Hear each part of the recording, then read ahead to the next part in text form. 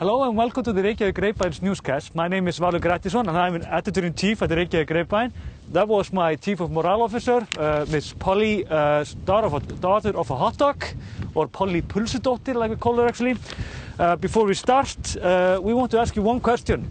Are you going to Iceland in the near future? Because if you are, we have a lot of trips, of course, tours and so on. You can like order a bus fare from the Keflavík International Airport, given that they won't explode from a volcano somewhere. And you can also meet me, Polly, and Bjartmar. We know nobody wants to meet Bjartmar, but me and Polly will be there, of course. Also, we have a lot of hand-picked tours, something that we actually like ourselves.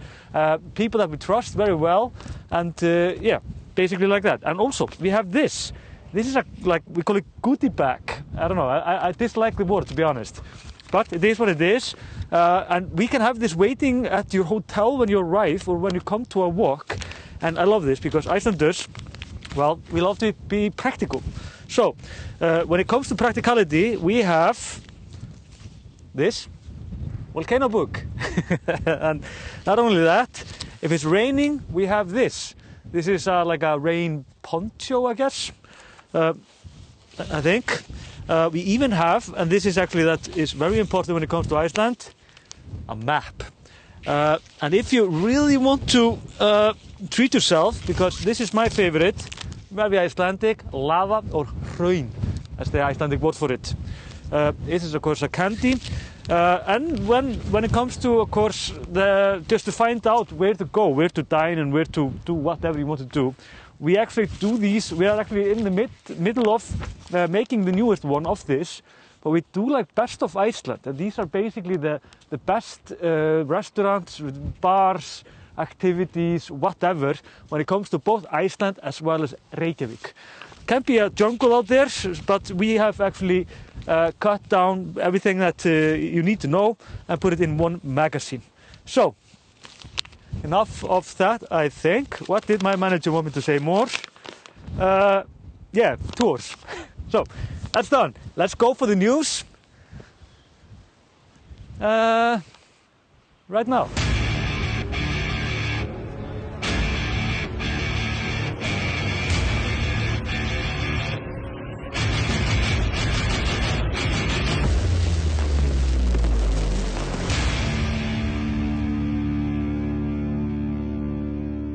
Okay. This is our dear friend here, Sasha. She's helping us out today. She's a High Five Grapevine member and whatnot. She's also from Lviv in Ukraine. And she's throwing for Polly. Thank God, someone's doing this. But the reason we're here actually is because, well, it's the most beautiful town in the world. In my opinion, of course. This is Hafnarfjörður, my hometown. This is where I was born, and this is where I hopefully will die someday. And this is a beautiful place called Ásfjall, or like the mountain of the gods, or mountain of the aces. And of course we called our gods Æsir, which are aces. We didn't call them gods.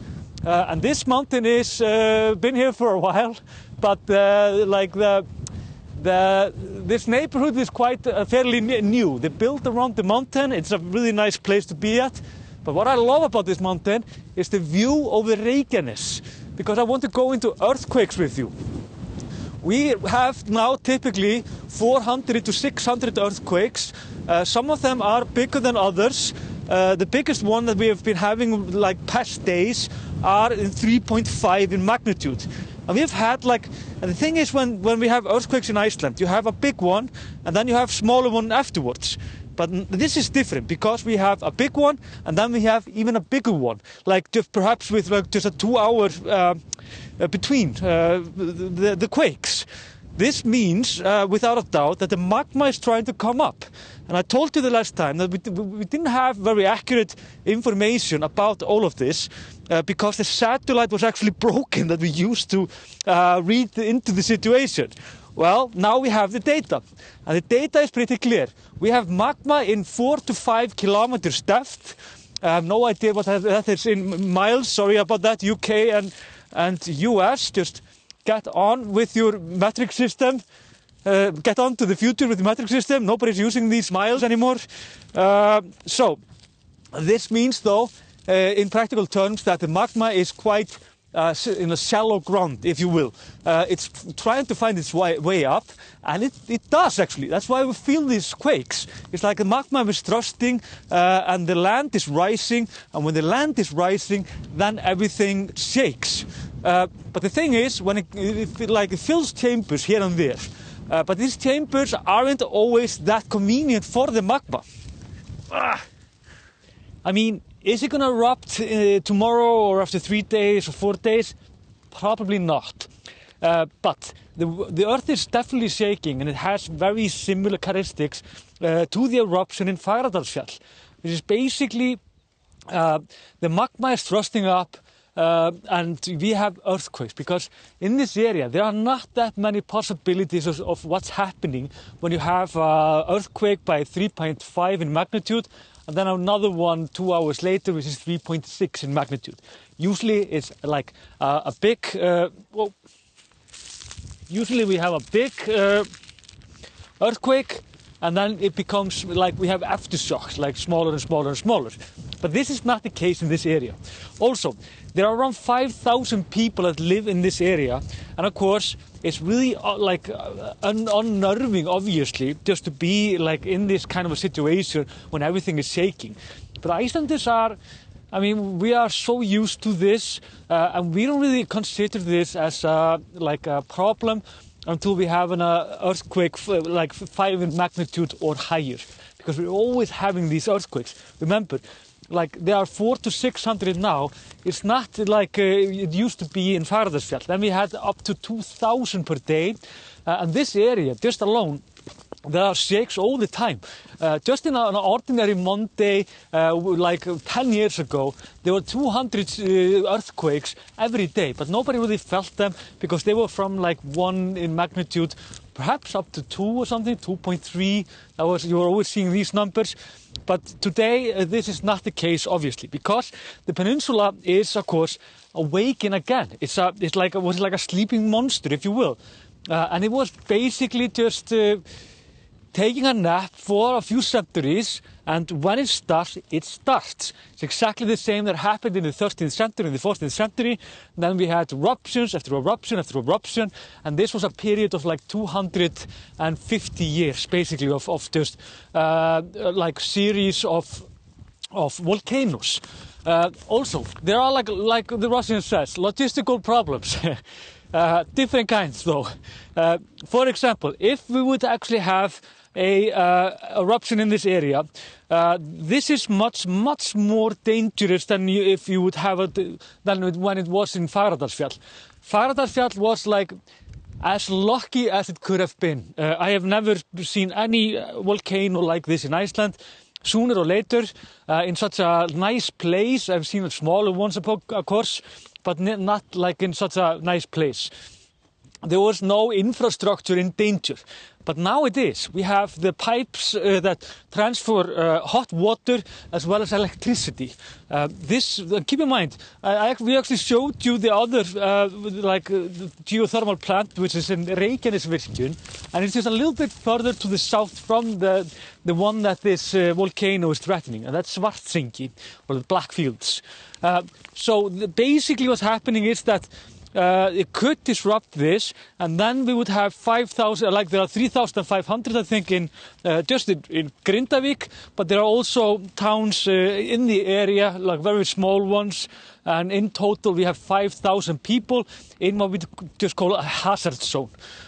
Also, the volcano could actually flow over the main road between Grindavík and this road over there, which is basically our main road, and it leads to not only Grindavík but also the international airport.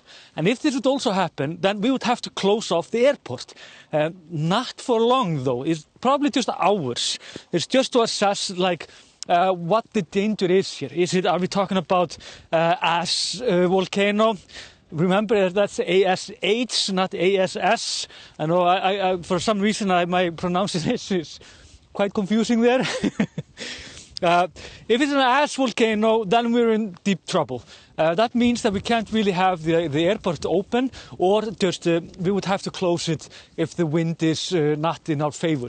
That would be the reason for this is we saw this when Europe and the US, there was like North America, where they couldn't fly between because of the Eyjafjörður. Yeah, right. Now this is a good revenge though. I can't say the word. Eyjafjallajökull, which is, of course, the eruption that was in 2011. Then we actually had this fine ash, and the fine, yeah, remember, ASH, not fine ash.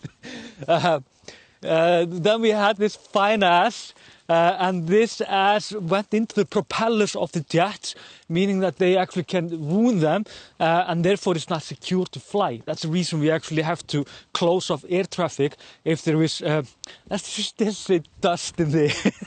Dust from the volcano. And fine ash, I guess. So that is basically like our biggest headaches. But it's, I mean, nothing suggests that it will be like that. It will probably be not as polite as the volcano in Fagradalsfjall. It will be more of a brutal event, more likely. The fissures, it will be fissured probably, and we will probably have gas. And if we have gas, then of course the people in Grindavík are, well, they're in trouble. I mean, this gas is uncomfortable. But when it comes to the volcano, we showed you this in our volcano memoirs that we have been doing. These gases, they never were any of, there was not that much of a threat from that at any time. But of course, it wasn't because we were also very, very careful about it. And Icelanders, of course, we like to be careful, but we also like to be reckless when it comes to this. They're contradictory in some ways. So it's like there's a lot of possibilities, but if you ask me, nothing is going to go off at least for 12 months, 24 months. I think the next 2 years. It was the same actually with the volcano in Fagradalsfjall. They had this very similar beat, if you will, which basically started with eruptions, with earthquakes, and it was more tense and more tense until we have thousands of eruptions every day. And this is, of course, a huge, it's annoying with time. Of course, we're not that, of course, when things are always shaking all the goddamn time, then, it becomes quite tired. Just remember, if you live in the area in Grindavík, that the only no-no when it comes to earthquakes is do not run outside. It's a fairly simple rule, but it's a very human response to try to run out. And we understand that completely. But it's the worst thing you can do, because earthquakes in Iceland, our houses are so strongly built that nothing has ever collapsed in Iceland. Not since I was born, at least, and perhaps some old farms or whatever, but never these houses, as you can see here. None of these houses are gonna collapse, even if it's gonna be 6.5 in magnitude. So the thing is that if you run out, you are in more danger of getting hit in the head by stuff flying all around. What you want to do is go under the table, or you can go into the corridor, the frame of the doors. That's also good. But if you're just like me, I just make sure that my computer don't fall off the table. It's pretty simple, actually. So, but don't take my advice from it. I'm actually horrible in that. You can find this, of course, in the homepage of Almannavarnir, which is Civil Guard. And this is for the people who live in Iceland. Almannavarnir, of course, sounds very much of a tongue twister, I guess. Or you can go to your local page and just check out local authorities. I don't know if there are earthquakes. Instructions where you are, but we have the internet, just Google it. Also, we can go a little bit into politics. And I'm just gonna, there are a few things I forgot to tell you about. I just wanna, was that away? Was that up? vaska upp, we say in Icelandic, which when you're doing the dishes. But the thing is that the cat party, they didn't win, they lost. It was pretty obvious, to be honest. It was a funny thing, but they were polling in with one member, like in the town council of Akureyri, the town in north of Iceland. But of course, when people went into the booth, they didn't vote for it. The reason is most definitely because when you're answering these polls and you don't know what to go for, you just say like, I don't know, there's the cat party, I guess.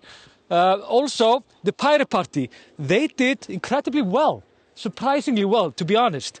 They have been a force in Iceland since, I think, 2012. And they have now, in this time, they have, of course, I think, I can't remember how many MPs they have. I think they are 5 rather than 3. I think they're 5 or 6. And the thing is that they are very strong in the parliament.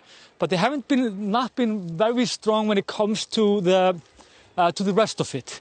But they have been growing and growing, and they added one seat in the city council in Reykjavík, meaning that they were the only party, except for the Progressive Party, that was actually adding something to their numbers. And then, of course, there was the Socialist Party. I don't know about you and the Socialists, like if you like Socialists. But they're not very popular in Iceland, perhaps. But they're offering new ideas, and people are, well, I mean, people are listening, and they're open for these kind of ideas right now. I'm not a fan myself, but I mean, then again, I'm a nihilist, so I don't care about anything. Hi. No, I'm joking about that. The Progressive Party and the Pirate Party, as well as the Social Democrats, that's the one that have the mayor, Dagur B. Eggertsson, he was in our podcast the other day, as well as the Reform Party, they are now officially trying to form a majority in the city council. It's going to be interesting, and I'm quite optimistic that they actually will do this.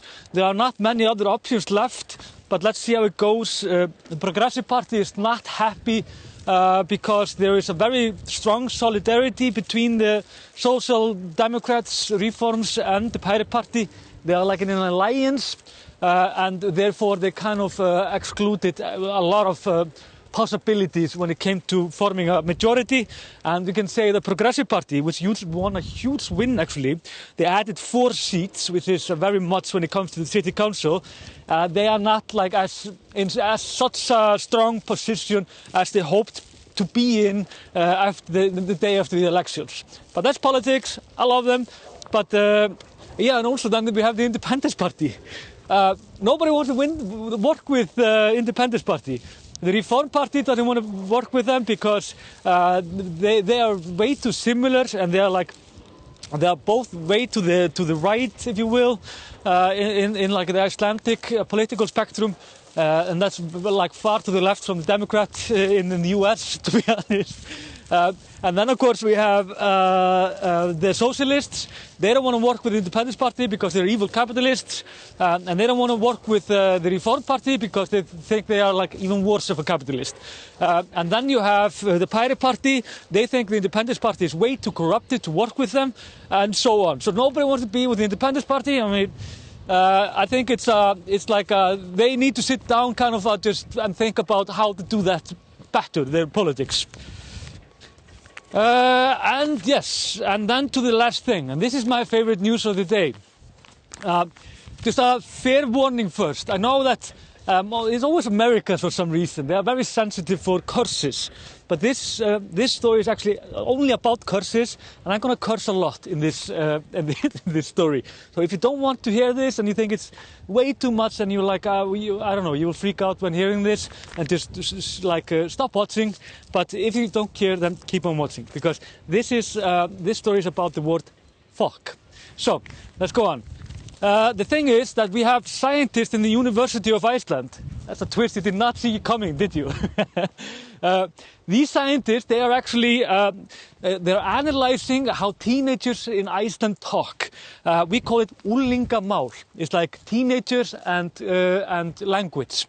And what they are trying to find out is like what language are they using the most, what words they are using the most. Obviously, the words they are using the most is like and, which is og, or ég, which is I, or which is era. That's what or means. And these words are very common. But the 16th most popular word that Icelandic teenagers are using is Fokk. The word Fokk is actually a very Icelandic one also. You can use it for like when you're on a boat. It's like it's part of the sail. It's like the boom or something like that. We call it Fokka or Fokk. So it's and we also like we can use this word in various ways. But when teenagers are using it, they're using it just to say the English meaning of Fokk. So the thing is that Icelandic curses in let's just start with this. Like Icelanders are with a very isolated language. It's been the same for centuries. We speak the same as Norway and Sweden and Denmark did in 1200.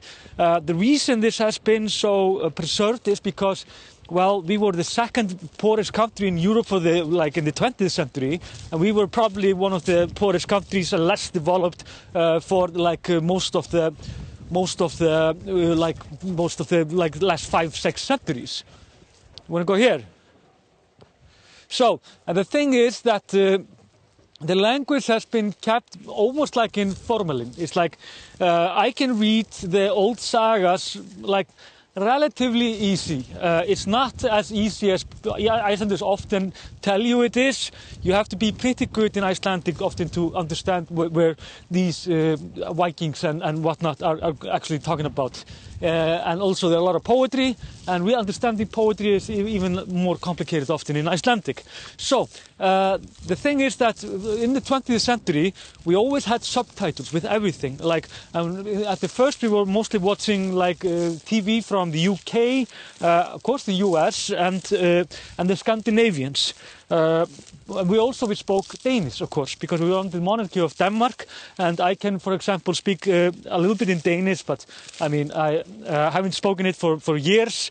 I was studying it like 20 years ago or something, so I'm not good at it. But the thing is, though, like in the last 10 years, this has been changing very, very rapidly, like more rapidly probably than we have seen our language change in centuries. The reason is, well, YouTube, and it's also because the streaming services, they have English language and English subtitles.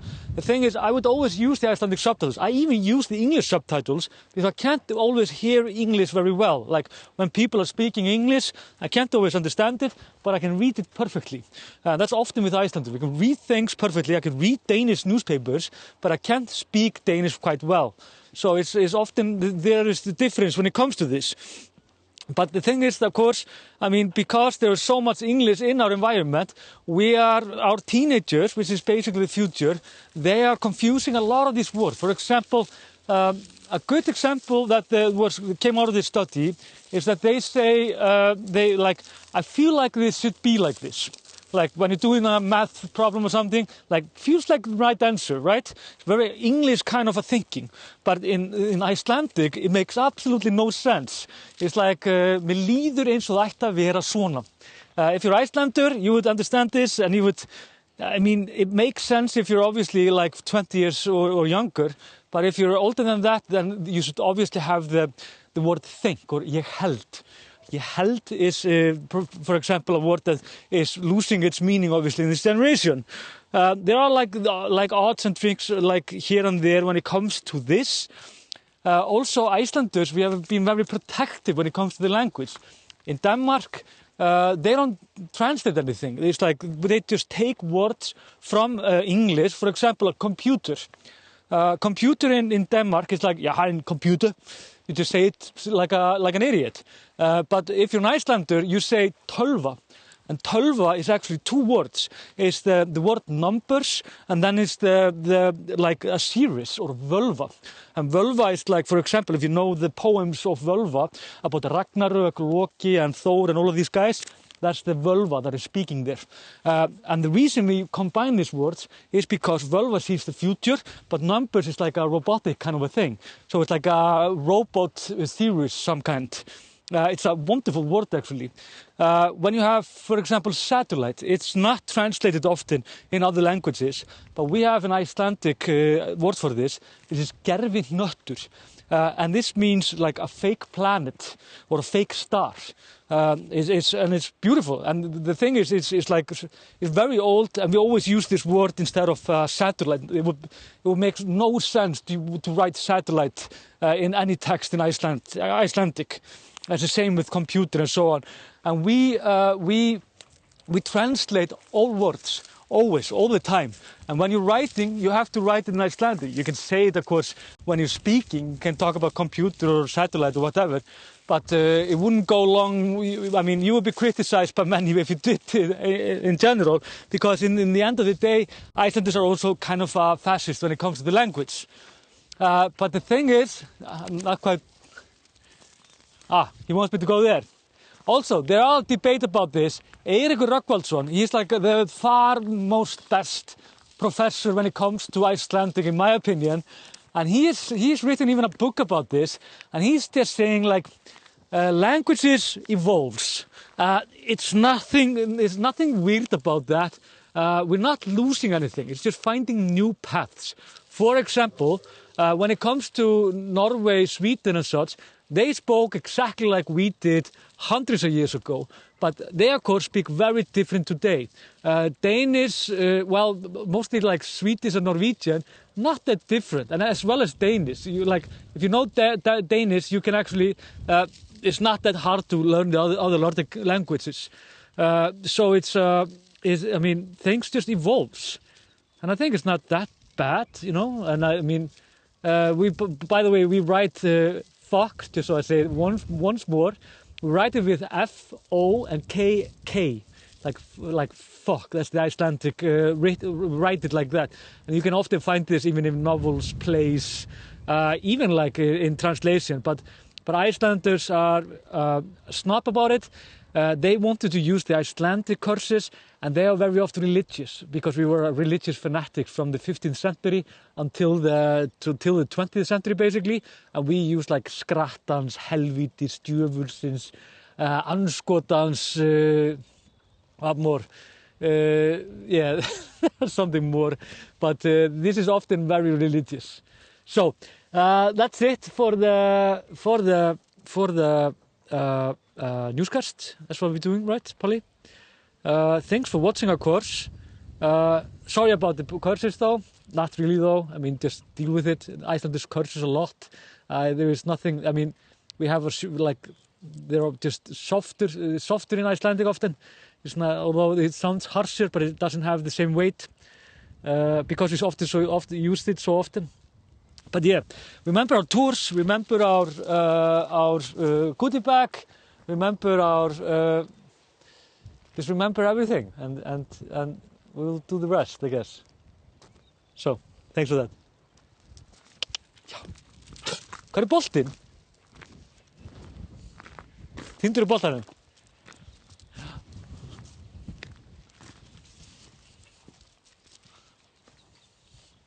Hvað